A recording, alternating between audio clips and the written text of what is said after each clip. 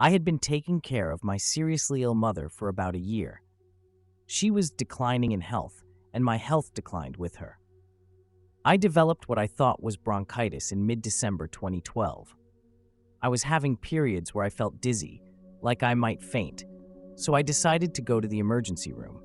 I remember sitting down with the triage nurse and her starting to take my blood pressure, and then I lose time. There were several people, nurses, around me, and I was put in a wheelchair. Then I remember the curtain of an emergency room being pulled back, but I don't remember getting in a bed. My next memory is of floating above my body while it was being rolled down a hallway. There was a male in scrubs leaning over my head, area blocking my view of my body, but I knew it was me on the bed. There were two other female nurses as well walking beside the bed. One was pushing an IV pole and the other was helping the male. I was very angry and was trying to punch the male to make him stop trying to shove something down my throat. I was swinging on him, but could not connect with his head. It didn't seem strange that I was out of my body or that I was floating above him. I heard my eldest daughter's voice crying, and I turned at the sound. She was walking beside the bed, holding the handrail, and talking on her cell phone, saying that I was not breathing and I might be dead. She was hysterical and crying and sobbing, and dropped the phone and begged me to quit fighting them. She said they were trying to help me. I absorbed this, and the instant the thought occurred to me that she did not want me to fight them, I calmed, and it was like a feeling of overwhelming peace came over me. It was like floating back on the lake in summer with the sounds muffled, the bright sun shining warmly on my skin, and the smell of thousands of wildflowers of every kind. I was lulled into a deep, meditative-type state of peace. My Aunt Billy roused me by shaking my shoulder. She was my favorite aunt and died a number of years before this experience. She called my name several times to get my attention and bring me to wakefulness. Paula Sue! I opened my eyes, and she was there with her quirky smile and sarcastic humor. She told me my mother would be there with her before her next birthday, and she would take care of her.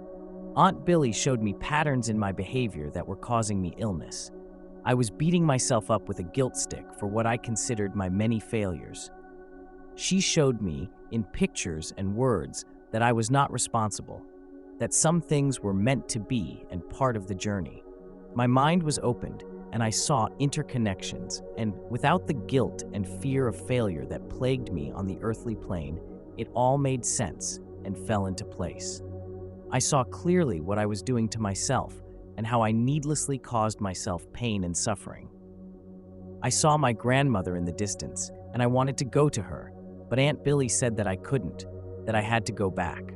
There was a resistance in me that didn't want to hear those words. She wouldn't allow me to mishear her and took a hold of both my shoulders and focused her intention at me. Her words seemed to slow down and echo in me as she said, "You must go back. If you do not go back, your daughters will never find their joy again." There was still a moment of resistance. I did not want to think about my daughters. It was like thinking of them would be sad, and I couldn't bear the thought of sadness. The joy was too perfect, but I thought of Ivory crying and sobbing in the hallway, and I pictured the faces of my other daughters in a waiting room, crying and holding each other, and I immediately felt myself slide back toward my body. I felt chest pain, and it was difficult to breathe, and the grogginess of anesthesia as I was coming closer to consciousness. I went into respiratory failure in the ER and was intubated and moved to intensive care, where my heart stopped. I went into a coma on December 21st, 2012, and became conscious again on January 2nd or 3rd. Upon awakening, I was filled with joy and an insuppressible positive outlook. Many stresses were still on me. Financial problems, my car was broken down at the hospital, I had no money to fix it, and I was basically homeless at that point. I was so happy though, and filled with a certainty that all would be well.